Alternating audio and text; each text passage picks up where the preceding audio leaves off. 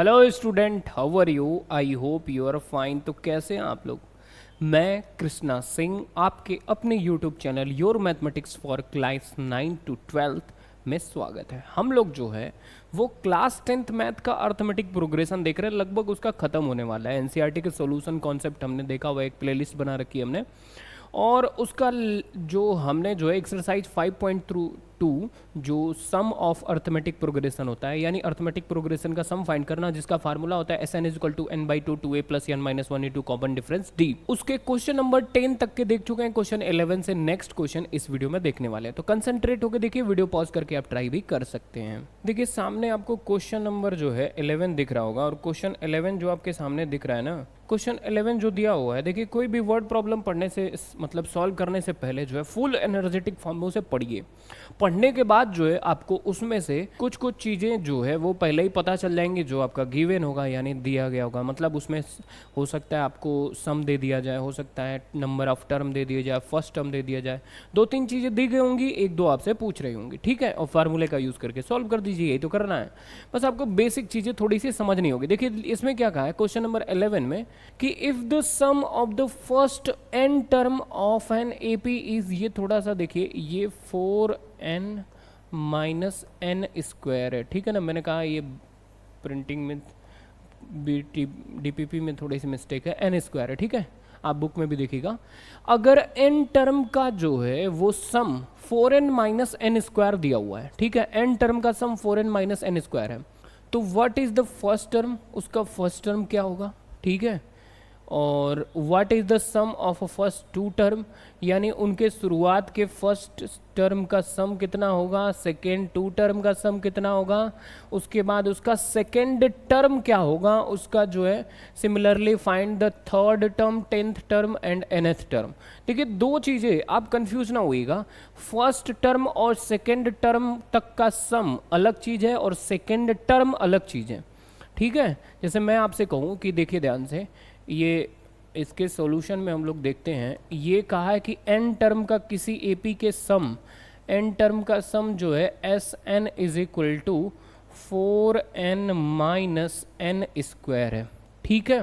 और आपसे पूछ क्या रहा है, वो आपसे पूछ रहा है फर्स्ट टर्म का sum question mark, second term तक का सम क्वेश्चन मार्क, उसके बाद आपसे पूछ रहा है यहाँ पे देखिए सिमिलरली फाइंड द, आपका यहाँ देखिए what is the second term, second term पूछ रहा है, सेकेंड टर्म A1 A2 होता है, तो आपका A2 second term, similarly find the third term A3, उसके बाद आपका 10th एंड nth टर्म, यानी 10th टर्म और nth टर्म, ये सारी चीज़ें पूछ रहा है। लेकिन नंबर ऑफ टर्म जो है आपका A1 A2 A3 ऐसे करके होता है, और सम जो है वो पहले और दूसरे टर्म का सम जो है S1 इज इक्वल टू आपका एक टर्म का सम हो गया, S2 is equal to A1 A2 का सम हो गया, S3 is equal to A1 A2 A3 का सम हो गया, ऐसे करके करते हैं, ठीक है। तो आइए हम लोग देखते हैं इसको सॉल्व करके। ये S n is equal to 4n minus n square दिया हुआ है ना, तो अगर मैं n के जगह 1 रखूँ तो ये आपका 4 इंटू 1 माइनस 1 का स्क्वायर हो जाएगा, यानी 4 माइनस 1 होगा, कुल मिला के ये 3 आएगा। अच्छा एक बात समझिए, फर्स्ट टर्म का सम का मतलब क्या हुआ, फर्स्ट टर्म ही होता है, फर्स्ट टर्म का, अरे कोई AP अगर मान लीजिए दी गई है 1 2 3 4 5 ऐसे AP दी गई है, मैं कहूँ फर्स्ट टर्म का सम, तो फर्स्ट टर्म किसके साथ सम करेगा, कोई सम नहीं करेगा, फर्स्ट टर्म जो होता है या आपका जो उसका सम कहिए, ये दोनों बात एक ही होगी। लेकिन उसके बाद से अगर ये कहे S2, यानी फर्स्ट और सेकेंड दोनों के सम से S2 बनता है, यानी 1 + 2 इज इक्वल टू 3। अगर S3 यानी 3 टर्म तक का सम, तो 1 + 2 + 3, यानी 1 + 2 3 और 3 और 3 का आपका 6 हो जाएगा, ठीक है। इस तरह से जो है 3 टर्म तक के सम को हम लोग जो है वो S3 कहते हैं, कोई दिक्कत नहीं है, आप बात समझ गए होंगे। तो नंबर ऑफ टर्म और वो सम जो है वो टर्म तक के, वो ये डिपेंड करते हैं, जैसे आपको मैंने बताया। देखिए तो उसी तरीके से S1 जो है आपका, तो यही होगा, S2 ये जो है n टर्म का सम दिया है, यहाँ से तो आपको जो सम चाहिए वो मिल जाएगा। S2 is equal to 4 into 2 minus 2 का स्क्वायर, 4 2 जा 8 होगा, माइनस 2 का स्क्वायर जो है 4 होगा, ये फाइनली आपका 4 आएगा। S3 जो है आपका 3 टर्म तक का सम, तो ये अगर यहाँ से निकाला जाए तो 4 इंटू 3 माइनस 3 का स्क्वायर जो है 4 3 जा 12 होगा, 12 माइनस 9 जो है आपका 3 आएगा। ठीक है, तो ऐसे चाहें तो हम जो है जितने टर्म का सम चाहें, क्योंकि हमें जनरल एन टर्म का सम का एक दे दिया गया formula S n is equal to 4n minus n square. ठीक है, तो देखिए फर्स्ट टर्म का सम, सेकंड टर्म का सम पूछा है, वो तो आपका निकल ही गया कि यहाँ पे जो है आपका ये 3 है और 4 है, दो आंसर तो निकल गए। लेकिन अब पूछ रहा है दूसरा टर्म बताइए, यानी वो जिस एपी से बना होगा ये सम, उस एपी को पहले फाइंड कर लीजिए, वहां से आप दूसरा तीसरा टर्म फाइंड करिए, 10वां टर्म फाइंड करिए, एनवां टर्म फाइंड करिए। तो मैं आपको एक फार्मूला बता रखा हूं इंट्रोडक्शन में, देखिएगा ध्यान से, बहुत इंपॉर्टेंट फार्मूला हमने एक बताया हुआ है कि जब हमें एपी का टर्म का सम दिया जाए ना, तब हम लोग वहां से टर्म कैसे फाइंड करते हैं। तो वो ये फार्मूला है A N is equal to S N minus 1। ठीक है, ये जो फार्मूला है वो ए एन आपका जो है वो ये बता रहा है कि उसमें से अगर आपको सम दिया जाए एपी का, तो आप जो है नंबर ऑफ टर्म फाइंड कर सकते हैं। कैसे? जब आपको पहला टर्म फाइंड करना होगा तो n के जगह 1 रखेंगे, तो यहाँ भी n के जगह 1 होगा, तो ये s1 माइनस s0 का मतलब कुछ नहीं होता, यानी सीधा सीधा कहूँ तो a1, क्योंकि 1 माइनस 1 0 हो जाएगा ना, पहला टर्म जो है s1 ही होगा। दूसरे टर्म की बात करूँ इस फार्मूले से, तो a2 is equal to s2 minus s1 हो जाएगा। s2 का मतलब आपका n की जगह 2 और n माइनस 1, 2 माइनस 1 1 हो जाएगा, यानी दो टर्म तक का सम माइनस पहले टर्म को सम जो है हम लोग सब्सट्रैक्ट करेंगे तो हमें दूसरा टर्म मालूम चलेगा। इस तरह से फार्मूले से जो है हम लोग अगर किसी एपी का सम पता हो तो हम लोग जो है फर्स्ट सेकेंड थर्ड जो भी टर्म फाइंड करना है कर सकते हैं। तो हमें देखिए ये सम के लिए जनरल फार्मूला दे दिया है, तो हम जो चाहें जो टर्म तक का सम निकाल सकते हैं। अगर 10 टर्म का सम निकालना हो तो एस के एन के जगह 10 रख देंगे तो आपको 10 टर्म का सम फाइंड हो जाएगा, उससे जो टर्म चाहे वो फाइंड कर सकते हैं। तो उसी तरीके से हम लोगों को देखिए S1 S2 तो यहाँ मिल गया है, एक टर्म का सम और दो टर्म का सम मिल गया। ठीक है, दो टर्म का सम यहाँ है, यही पूछा होता 3 टर्म का सम ये है। तो इस तरह से ये तो मिल गया है, तो अब हमें A2 फाइंड करना है, A2 दूसरा टर्म उस AP का। तो दूसरा टर्म के लिए हमने क्या बताया, S2 माइनस S1 होगा, क्योंकि इस फार्मूले के हिसाब से n की जगह 2 रखेंगे तो S2 और 2 माइनस 1 S1 हो जाएगा। और आपने S2 अभी क्या निकाला है 4, और S1 क्या निकाला है आपने 3, तो 4 माइनस 3 कितना हो जाएगा 1, यानी दूसरा टर्म जो है आपका 1 है। इसी तरीके से मैं तीसरे टर्म की बात करूं तो जो तीसरा टर्म होगा वो n के जगह 3 होगा, तो ये हो जाएगा आपका S3 माइनस S2। S3 यानी 3 टर्म का सम, 3 टर्म का सम ये देखिए 3 निकाला है आपने, 3 है। उसके बाद 2 टर्म S2 जो है आपका 4 है, 3 माइनस 4 माइनस 1, यानी तीसरा टर्म जो है वो -1 होगा। अब आपसे पूछ रहा है 10वां टर्म।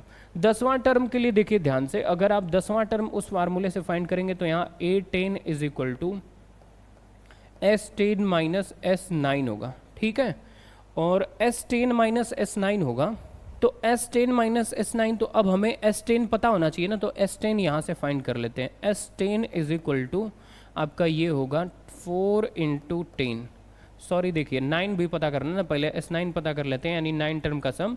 तो आपका ये हो जाएगा इस फार्मूले से 4 इंटू 10 माइनस 10 का स्क्वायर।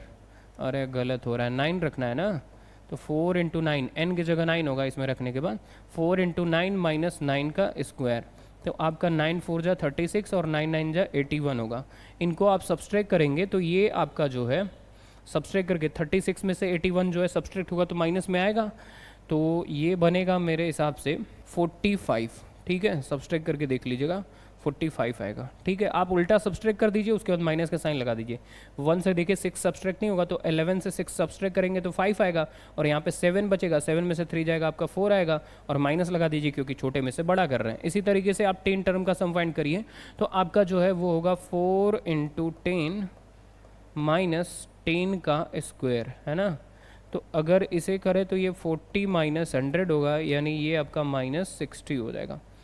तो इस तरह से 9 टर्म का सम और 10 टर्म का सम जो है आपका -45 और -60 हो जाएगा। तो अब इसको हम लोग यहाँ यूज़ कर लेते हैं, क्योंकि हमें तो फाइंड करना है 10वां टर्म। तो 10वां टर्म के लिए क्या करना होगा आपको, जो S9 लिखा हुआ है 9 टर्म का सम -45, वो आप यहाँ रख लीजिए, और फिर माइनस लगाइए, और आपका जो सॉरी यहाँ S10 लिखना है ना, पहले 10 टर्म तक का सम -60 और यहाँ माइनस का साइन लगाइए, उसके बाद ये लिखे 9 टर्म्स तक का सम -45। अब सॉल्व करिए, ये माइनस माइनस आपका प्लस हो जाएगा, -60 + 45, फाइनली सॉल्व करके -15 आएगा। ठीक है, यानी आपका 10 टर्म तक का सम जो है -15 होगा। उसके बाद आपसे पूछा है 10 टर्म तक का सम नहीं, 10वां टर्म, ये टर्म बता रहा है, सॉरी 10वां टर्म। आपसे nवां टर्म पूछ रहा है। nवां टर्म के लिए क्या करना होगा भाई, हमें चाहिए Sn दिया गया, तो आप जो है nवां टर्म के लिए यही फार्मूला करेंगे ना, An = अगर फाइंड करना है तो Sn -1। तो ध्यान से देखिएगा, nवां टर्म के लिए An = Sn - Sn-1 होगा, है ना। और Sn कितना है, Sn है आपका 4n -n²। ठीक है, और फिर उसके बाद माइनस का साइन लगाइए, फिर Sn -1, Sn -1 के मतलब n की जगह n-1 होगा, यहाँ पे n-1 हो जाएगा, यहाँ पे n-1 हो जाएगा। तो हम लोग जो है रखते हैं 4n - -1 का होल स्क्वायर, है ना। ये हम लोग जो है सॉल्व करेंगे, और सॉल्व करने के बाद जो है आपका क्या मिलेगा, देखिएगा ध्यान से, ये 4n है, ये -n², माइनस का साइन लगाएंगे, और इसको ब्रैकेट में ओपन करते हैं, अभी ब्रैकेट के अंदर ही 4n - 4, और ये माइनस जो है आपका अभी माइनस ही रहने देते हैं, और यहाँ पे n-1 का होल स्क्वायर ओपन कर लेते हैं, तो ये बनेगा n² + 1 का स्क्वायर होता है, अब -2n होता है। ये होता है फार्मूला a - b के होल स्क्वायर से। लेकिन ये बाहर वाला माइनस अंदर वालों को चेंज करेगा, तो यहाँ पे जो है आपका माइनस ले आ जाएगा। ठीक है, तो n² - 1 का स्क्वायर हो जाएगा, +2n बना देगा। ठीक है, समझ में आ रहा है आपको।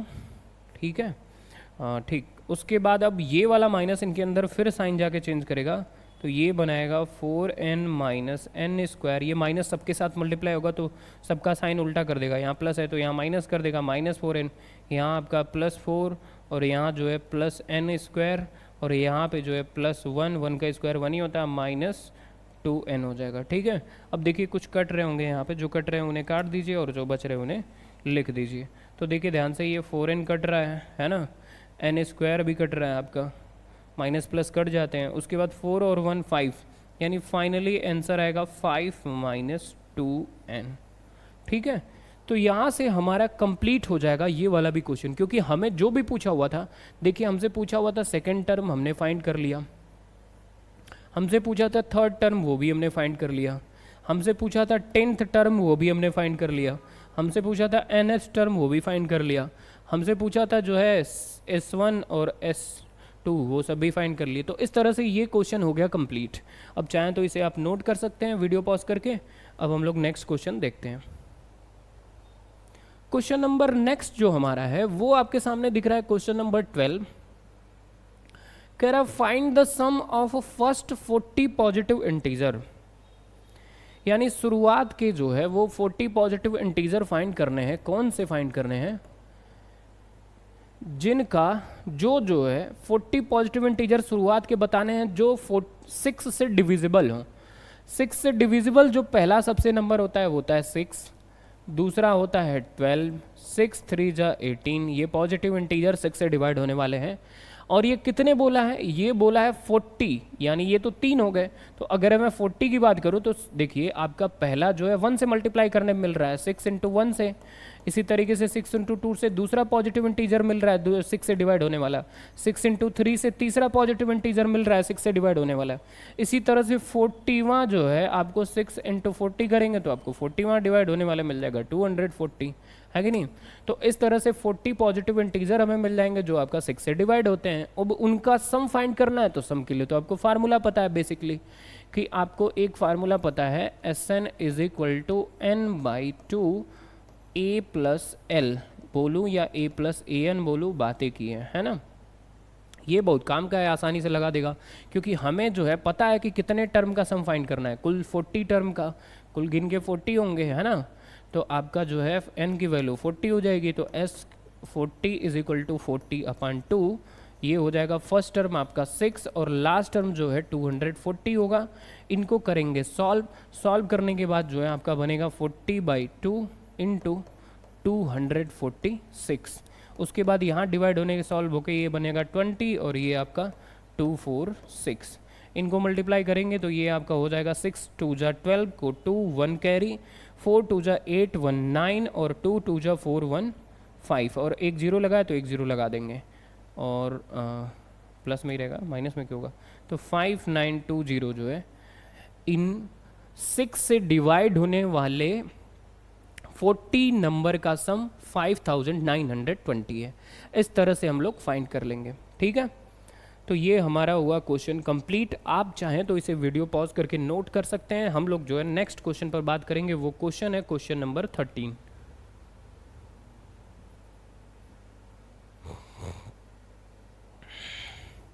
तो देखिए यहाँ पे क्वेश्चन नंबर 13 जो हमारे सामने दिख रहा है, क्वेश्चन 13 क्या बोल रहा है कि find the sum first 15 multiple of 8, यानी 8 के 15 मल्टीपल, यानी 8 का टेबल समझिए ना, जो अभी मैंने किया एकदम वैसा ही है कि आपका देखिए ध्यान से 8 2 जा क्या होता है 16, 8 3 जा 24 होता है। ऐसे करके 8 के टेबल होंगे तो हम लोग 10 तक पढ़ते हैं, लेकिन आप 15 तक पढ़ लो क्योंकि ये 15 तक के पूछा है। तो 15 तक पढ़ोगे तो कितना आएगा, 15 इंटू 8 होगा लास्ट में, 15 इंटू 8 120 होता है, ठीक है। तो अब इनका सम फाइंड करना है, तो इनके सम के लिए क्या करेंगे, आपको फिर वही formula S15 is equal to कुल कितने टर्म है 15 है तो n की वैल्यू 15, तो फार्मूला वही Sn is equal to n/2 to a plus l। a कितना दिया है 8 दिया है और l जो है लास्ट टर्म आपका 120 दिया हुआ है। इसको सॉल्व करेंगे तो ये 15/2 और ये आपका 128 हो जाएगा। इसको काटाकूटी करेंगे तो 2 6 जा 12 2 4 जा 8 यानी 64 टाइम कटेगा और 15 का 64 में कर लेंगे मल्टीप्लाई, तो वही जो आएगा वो आपका 8 के 15 मल्टीपल तक का सम होगा। 15 इंटू 64 जब करेंगे तो ये 4 5 जा 20 को 2, 4 1 जा 4 2 6 हो जाएगा, 6 5 जा 30 को 0 हासिल लगा कैरी 3, 6 1 जा 6 6 और 3 9, ये आपका आएगा 960, ठीक है। तो ये जो है 960 हो जाएगा 15 मल्टीपल ऑफ 8 का सम, ठीक है, यानी ऐड। तो ये भी चाहे तो वीडियो पॉज करके नोट कर सकते हैं। अब हम लोग जो है क्वेश्चन नंबर 14 की बात करते हैं। क्वेश्चन नंबर 14 आपके सामने दिख रहा है, आप चाहे तो अपने कॉपी पेन लेकर के ट्राई कर सकते हैं। ओके, देखिए दिया हुआ है क्वेश्चन नंबर 14 जो आपका है, find the sum of a odd number. Odd number का सम फाइंड करना है। ऑड नंबर का सम का मतलब क्या हुआ, आपका ऑड नंबर जो है वो स्टार्ट होता है आपका 0 के बाद जो है 1 3 5। अब ऑड नंबर क्या होते हैं, जो आपका 2 से डिविजिबल ना हो, है कि नहीं।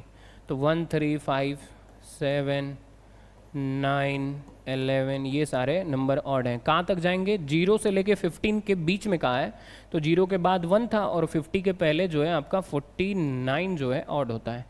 तो 49 ये ऑड होता है, इवन ऑड तो आपको बेसिकली पता ही होगा। अब इनका फाइंड करना है सम। देखिए एक तरीका तो ये है ना कि आपको ये देखिए कॉमन सेंस से पहले मैं बता दूं तो 0 से लेकर के 50 तक जो है कुल मिला के जितने भी टर्म है, 0 से लेके आपका 50 तक कुल 50 टर्म है ना। और 50 के आधे अगर हम करें तो 25 जो है ऑड होते हैं। यानी अगर देखिए मैं बात करूं 1 से लेकर के 4 तक में कुल 4 टर्म है, अगर 1 2 3 4 तो 2 इवन है, अरे सॉरी 2 इवन है और 2 ऑड हैं, यानी आधे इवन आधे ऑड होते हैं। तो इस तरह से हमें क्लियर हो गया कि ये 50 तक के नंबर में 25 ऑड नंबर हैं। तो अगर बेसिकली हम यहीं से कॉमन सेंस से समझ लें कि n जो है कुल कितने हैं 25 हैं, यानी कुल 25 ऑड नंबर हैं ये, तो n की वैल्यू 25 हो गई। अब इनका सम फाइंड करना है, तो फिर वही formula S25 is equal to 25/2 n/2 a plus l से बहुत आसानी से लग जाएगा। देखिए a कितना है, फर्स्ट टर्म ये है, सॉरी फर्स्ट टर्म आपका 1 है और l जो है 49 है, तो 25/2 इंटू 50 हो जाएगा। इसको डिवाइड करेंगे 2 से तो ये 25 आएगा, 25 इंटू 25 आपका 625 हो जाएगा, ठीक है। यहाँ से 625 आ जाएगा। लेकिन अगर आप इसे चाहें तो ये n की वैल्यू निकालने के लिए अब ये फार्मूला लगा सकते हैं। इस फार्मूले का यूज़ जो है वो करने पर एन की वैल्यू भी फाइंड किया जा सकता है। तो यही आएगा, ए एन जो है आपका 49 होगा, ए जो है फर्स्ट टर्म 1 होगा, एन की वैल्यू नहीं पता है, डी की वैल्यू कॉमन डिफरेंस सबके बीच 2 2 का है, तो ये इधर सब्सट्रैक्ट करेंगे तो 48 होगा, 2 का इधर मल्टीप्लाई तो इधर आके डिवाइड हो जाएगा, तो ये आपका 24 आएगा डिवाइड करने के बाद, और 24 में -1 इधर अगर ऐड करेंगे तो ये 25 हो जाएगा, एन की वैल्यू 25 हो जाएगा। ये चीज़ मैंने डायरेक्ट लिखी है क्योंकि कभी भी आपका जितने नंबर की बात कर रहा है तो उसमें आपका टोटल नंबर में हर अल्टरनेट नंबर इवन ऑड आता रहता है। तो अगर 10 नंबर में देखा जाए लगातार तो उसमें 5 इवन होंगे, 5 ऑड होंगे, तो ये 50 नंबर थे, इसमें 25 ऑड होंगे, यानी कुल 25 नंबर थे। एन की वैल्यू हमने डायरेक्ट ले लिया हुआ था, ये चाहे तो आप नोट कर सकते हैं। अब आप कहेंगे कि एग्जाम में आया तो कैसे लिखेंगे मास्टर, मैंने कहा नंबर के ऊपर डिपेंड होता है बाबू, ठीक है। अगर नंबर जो है आपको देखिए इस तरह के क्वेश्चन अगर 3 नंबर में पूछे जाते हैं तब तो ये पूरा करिए, ठीक है, पर अगर ये 1 नंबर में पूछ लिया जाता है, वैसे ये डिपेंड करता है बेसिक और स्टैंडर्ड आपकी मैथ्स होती है ना, तो बेसिक वाले में जो है इसी टाइप के क्वेश्चन तो आपसे वो 1 नंबर में ही पूछे जा सकते हैं MCQ वगैरह में, ठीक है। तो आप चाहें तो इसे नोट कर सकते हैं। नेक्स्ट क्वेश्चन बुक देखते हैं। क्वेश्चन नंबर जो है आपका 15 दिख रहा होगा, यहाँ देखिएगा, क्वेश्चन नंबर 15, ठीक है। देखने में बहुत बड़ा है, आप लोग देख के अरे इतना बड़ा क्वेश्चन, मैं तो डर ही गया। मैं डरने उड़ने जैसा कुछ है नहीं, पेशेंस रखिए, ध्यान समझिए, वर्ड प्रॉब्लम को पहले समझिए फुल एनर्जेटिक फॉर्म में पढ़ के, उसके बाद उसमें से जो जो चीज़ें आपको गिवन है उसको निकालिए। उसके बाद क्या करेंगे, जो आपको फार्मूला लग रहा है, जो पूछ रहा है, सम पूछ रहा है, एन टर्म निकालना है, क्या निकालना है, उसके हिसाब से फार्मूला लगाइए। 3 फार्मूले हैं मेन, ठीक है, 3 से 4 फार्मूले, 4 फार्मूले टोटल है। उसके बाद ये चैप्टर 4 ही फार्मूले में ख़त्म है, बस आपको समझना है। A contract on construction job specifies a penalty for a delay of a completion beyond a certain date as a follow। यानी कोई कॉन्ट्रैक्ट पर काम हो रहा है, उसमें जो लोग काम में लेट कर रहे हैं ना उनको पेनाल्टी देनी पड़ रही है, यानी एक्स्ट्रा पैसा देना पड़ रहा है। एक्स्ट्रा पैसा का मतलब लेट काम की फीस देनी पड़ रही है, समझ लीजिए। तो क्या है कि 200 रुपये से स्टार्टिंग है, और अगर आप एक दिन लेट करते हैं तो 200 रुपया, अगर उसके अगले दिन करेंगे तो 250 रुपया, 50 रुपया जो है 50 रुपये हमेशा बढ़ रहे हो। उसके अगले दिन लेट करेंगे तो 300, उसके अगले दिन लेट करेंगे तो 350, ऐसे करके 50 जो है इंक्रीज हो रहा है। शुरुआत में वो आपका 200 है और उसके बाद 50 जो है इंक्रीज हो रहे हैं सक्सीडिंग। पेनाल्टी लग रही है, कोई भी कहीं काम कर रहा है और काम करते समय अगर वो काम में लेट कर रहा है तो 50 रुपये 50 रुपये इंक्रीज करके उस पर पेनाल्टी लग रही है। For each succeeding day being 50 more than for preceding day, हर पिछले दिन में 50 रुपये ऐड हो रहा है। मैंने कहा देखिए कहीं आप अगर काम कर रहे हो, मान लीजिए आप नहीं काम कर रहे हो, कोई लेबर काम कर रहा है, तो अगर वो काम में लेट करे तो एक दिन लेट किया तो उसके पहले 200 रुपये कटेंगे, 200, फिर उसके बाद जो है 50 रुपये अधिक, 50 प्लस 250, फिर उसके बाद 30, अगर ऐसे लेट करता जा रहा है तो। पर यहाँ पे जो लेबर काम कर रहे हैं वो कितना लेट कर दिए, वो ये भी बोलेगा how much money does the contractor have to pay, यानी कितना मनी जो है कॉन्ट्रैक्टर को देना पड़ेगा जो लेट काम कॉन्ट्रैक्ट लेके कर रहा है उसमें लेट करने में। लेकिन देन उसने बता रखा है 30 डे, यानी मान लीजिए कोई ठेके का काम किसी को मिला है कॉन्ट्रैक्टर को और वो जो है 30 डे लेट कर दिया काम को, और उसके रूल के हिसाब से कॉन्ट्रैक्ट जब लिया था तो उसमें बोला गया था कि शुरुआत में एक दिन आप लेट करोगे तो 200, जितने दिन लेट करोगे उतना 50 प्लस करके आपको देना पड़ेगा।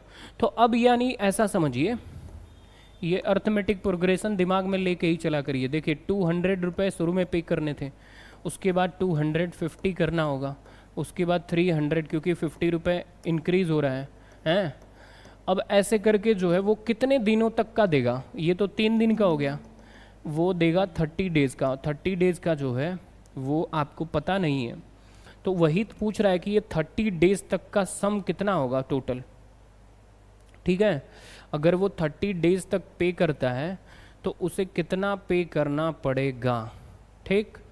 तो 30 डेज़ का पे करने के लिए हम लोग जो है n की वैल्यू तो यहाँ 30 हो जाएगी, और ये देखिए आपका बन रहा है अर्थमेटिक प्रोग्रेशन। शुरुआत में उसे 200 देना पड़ा, फिर 250, फिर 350 का जो है कॉमन डिफरेंस है इसमें, है ना, 50 का कॉमन डिफरेंस है। और 50 का कॉमन डिफरेंस होने का मतलब कि इनका फाइंड करना है सम, तो हम लोग जो है वो कर लेते हैं। देखिए S 30 हो जाएगा ना, n की वैल्यू 30 है तो 30/2 2a, a जो है हमारा फर्स्ट टर्म कितना है 200 है, तो 2 × 200 n/2 2a फार्मूले में होता है ना, अब प्लस n - 1, तो n की वैल्यू कितनी है 30 माइनस 1, कॉमन डिफरेंस जो है 50 है ना। तो अब ये जो है आपका 30/2 यानी 15 हो जाएगा, और ये आपका 400 होगा, और ये 30 माइनस 1 29 होगा, और ये 50 है। ठीक है, ये हो गया 50, 400, 29 इंटू 50 की बात करूँ मैं तो ये 1450 होगा मेरे हिसाब से। ठीक है, देख लेते हैं। 5 9 जो 45 को 5 और 4 5 2 जो 10 4 14। ठीक है, उसके बाद इनको अगर मैं ऐड कर लूँ तो ये आपका हो जाएगा 15, 400 ऐड करूँ तो 1850 होगा।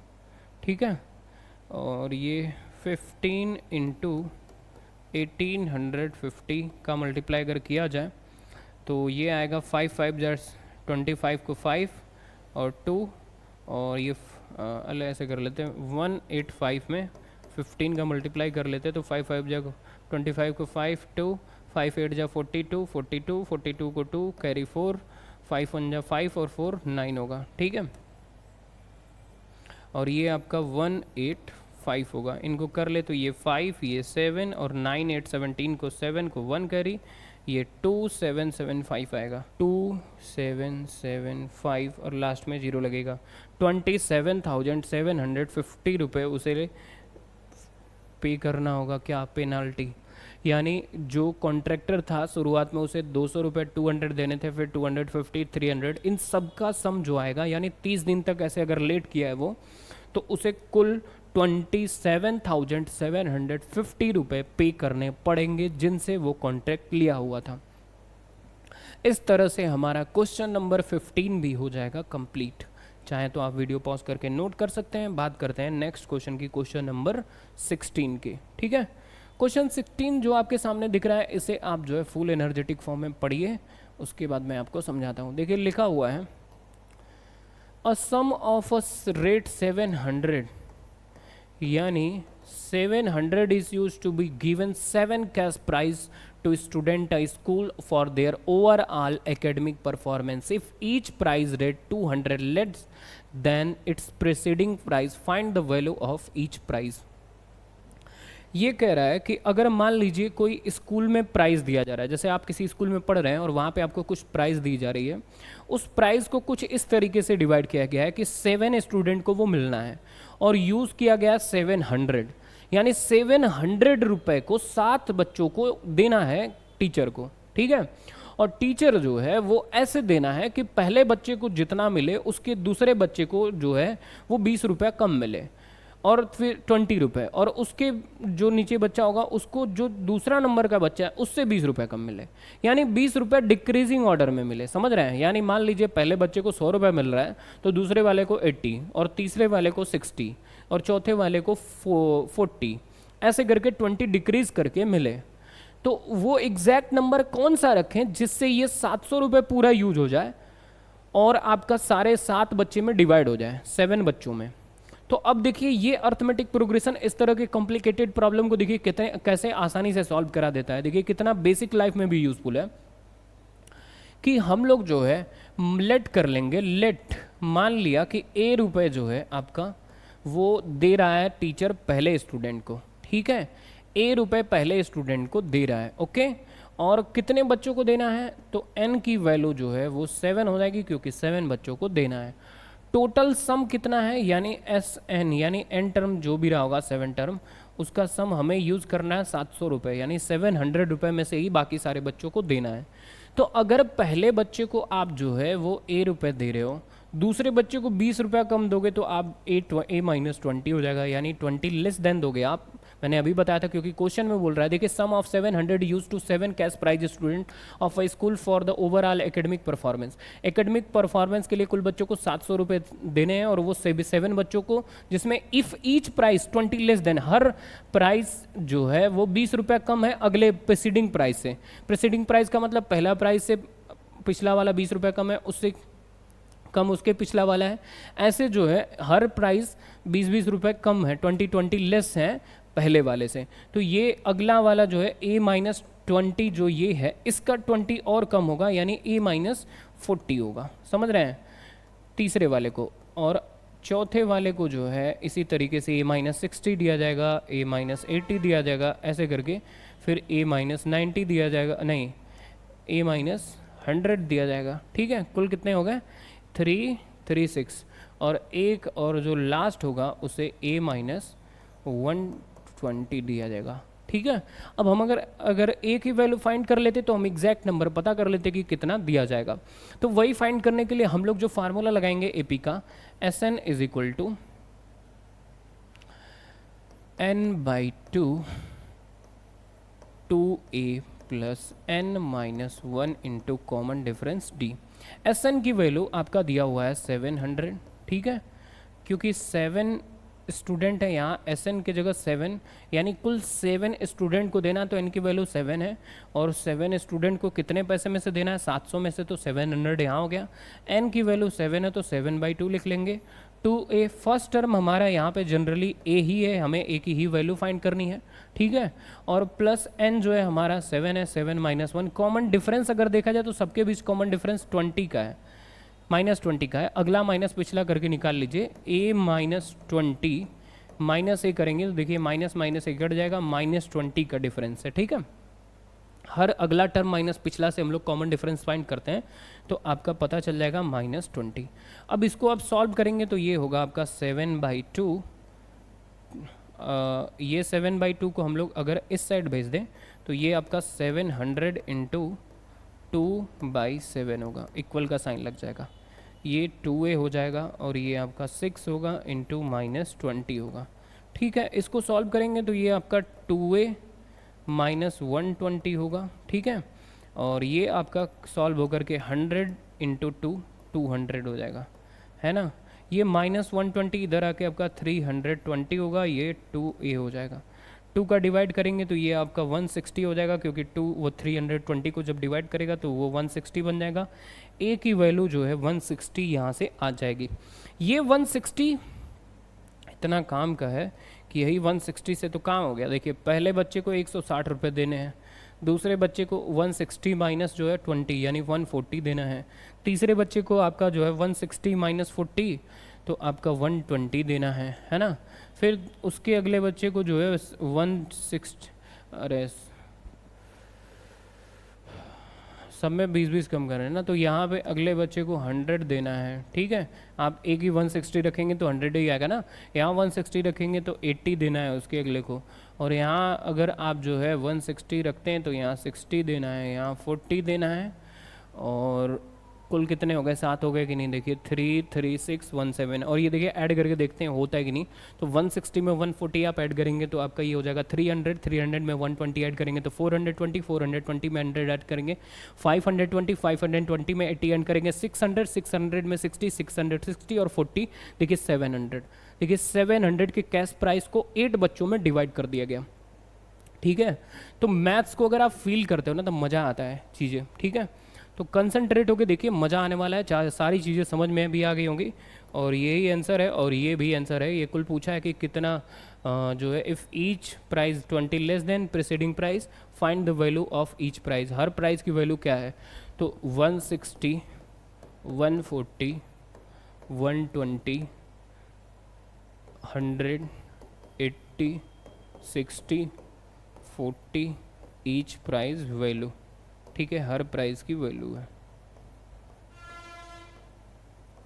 ठीक है, तो इस तरह से हर प्राइस की वैल्यू हमें पता हो जाएगी, और ये हमारा क्वेश्चन नंबर 16 कंप्लीट हो जाएगा। ठीक है, तो आप चाहें तो इसे वीडियो पॉज करके नोट कर सकते हैं।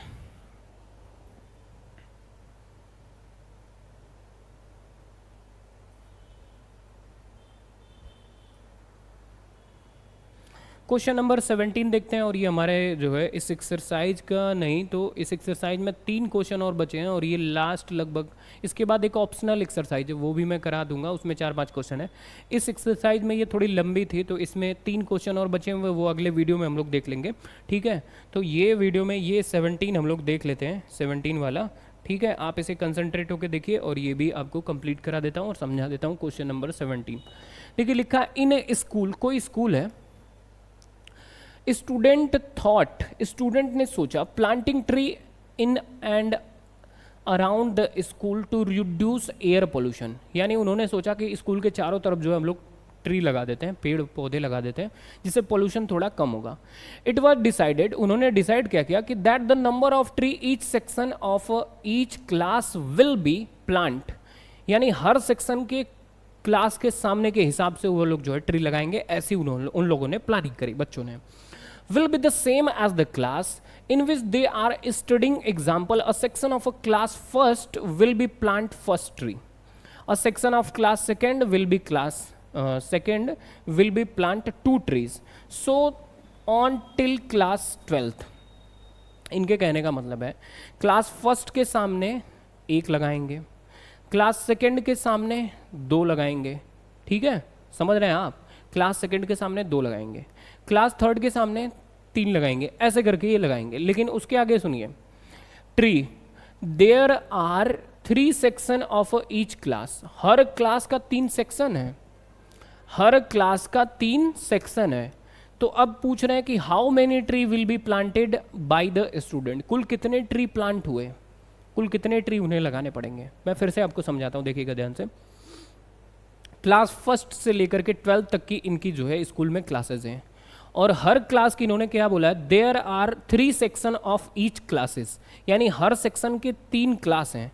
यानी मैं बात करूँ अगर फर्स्ट सेकेंड थर्ड फोर्थ ऐसे करके कितने हैं, 12 तक की क्लासेस हैं, ठीक है, ये हैं क्लासेस। कुछ बच्चों ने डिसाइड किया कि स्कूल में फर्स्ट से 12 तक की क्लासेस के सामने जो है वो ट्री लगाएंगे, ठीक है, जो भी नंबर की क्लास है उस number of class is equal to आपका ट्रीज लगाएंगे। यानी फर्स्ट क्लास के सामने 1 ट्री, सेकेंड क्लास के सामने जो है हर सेक्शन के 2-2 ट्री, थर्ड क्लास के सामने हर सेक्शन के सामने 3-3 ट्री, ऐसे लगाएंगे, समझ रहे हैं। तो और हर क्लास के 3-3 सेक्शन हैं। तो अगर मैं आपसे पूछूं कि पहली क्लास के 3 सेक्शन हुए और 1-1 ट्री लगाएंगे, क्योंकि ये फर्स्ट है तो ये आपका 3 ट्री लगाना पड़ेगा, ठीक है। दूसरे क्लास के सामने यानी सेकंड के सामने 2-2 ट्री लगाएंगे, और इनके सेक्शन के कुल कितने हैं, 3 है, तो इनके सामने कितना ट्री लगाना पड़ेगा, 3 2 जा 6, है ना। अगर ये क्लास थर्ड की मैं बात करूं तो हर क्लास के सामने वो 3 ट्री लगाएंगे, ऐसा उनके कहने का मतलब है। तो अगर 3 ट्री लगाएंगे और इनके सेक्शन भी हैं 3, तो ये आपका 9 ट्री लगाना पड़ेगा। फोर्थ क्लास के सामने जो है वो आप फोर्थ लगाएंगे, यानी एक क्लास के एक सेक्शन के सामने 4, लेकिन सेक्शन आपका सबका फिक्स है 3-3 ही है, तो 12 ट्री लगाने पड़ेंगे। इस तरह से जो है हमें हमारी देखिए एक एपी बनती जाएगी, ये number of class in a tree, number of class front of tree, यानी हर क्लास के सामने जो है वो ट्री लगते जाएंगे, ठीक है। तो 3 ट्री पहले वाले सेक्शन क्लास के सामने, फर्स्ट क्लास के सामने तीनों सेक्शन के सामने जो है ट्री 1-1 करके 3 लगेंगे। सेकंड क्लास के 3 सेक्शन है, हर सेक्शन के सामने 2-2 ट्री लगेंगे, 6 लगेंगे। थर्ड क्लास के सामने जो है 3-3 ट्री लगेंगे, और 3 सेक्शन है तो 9 लगेंगे। इसी तरीके से क्लास 12th के सामने हर क्लास के सामने 12 ट्री लगेंगे, और 3 सेक्शन है तो कुल मिला के जो है 36 ट्री लगाने पड़ेंगे। एपी बन रहा है 3, 6, 9, 12, 36 तक बना हुआ है। अब ये कुल नंबर ऑफ ट्री जो है उन्होंने पूछा हुआ कि how many tree will be planted, तो आपको इनका सम फाइंड कर लेना है, ठीक है। और ये जो है कुल कितनी क्लासेस हैं, 12 हैं, यानी कुल नंबर ऑफ टर्म 12 है, तो n की वैल्यू 12 हो जाएगी। तो Sn इज इक्वल टू आपका 12/2 2a, यानी 2 × 3 + 12 - 1 इंटू कॉमन डिफरेंस जो है आपका आएगा 3, ठीक है। और ये हो जाएगा आपका 6, ठीक, और ये आपका होगा 2 3 जा 6 + 11 × 3, फाइनली सॉल्व करेंगे तो 6 × ये 6 + 11 3 जा 33 होगा। 33 में 6 ऐड करेंगे तो 39 होगा, 39 × 6 होगा, तो 6 9 जा 54 होगा को 4, और ये 5, 6 3 जा 18, और 5 जो है आपका 23 होगा, यानी 234 ट्री कुल लगाने पड़ेंगे। 234 ट्रीज प्लांटेड, ठीक है, ये आंसर कंप्लीट हो जाएगा, ठीक है। तो हमें जो है वो ये क्वेश्चन आपको उम्मीद है समझ में आ गया होगा, और मैं समझा पाया होऊंगा कि हर जो भी क्लासेस हैं उनके 3-3 सेक्शन है सबके, और हर क्लास का जो नंबर है उसी नंबर ऑफ ट्रीज उसमें लगाने, यानी फर्स्ट क्लास है तो 1 ट्री, सेकंड क्लास है तो 2 ट्रीज, थर्ड क्लास है तो 3 ट्री हर क्लास के सामने, और सेक्शन 3-3 है। ठीक है, तो सबका मल्टीप्लाई करके हमने total number of tree find कर लिया। ठीक है, क्योंकि इनके जो है वो 3 ट्री लगेंगे, इसके 6 ट्री लगेंगे और 3-3 सेक्शन है सबके, तो इस तरह से हमारा नंबर ऑफ ट्री फाइंड हो जाएंगे और उनके बाद उनका सम फाइंड कर लेंगे फार्मूले से।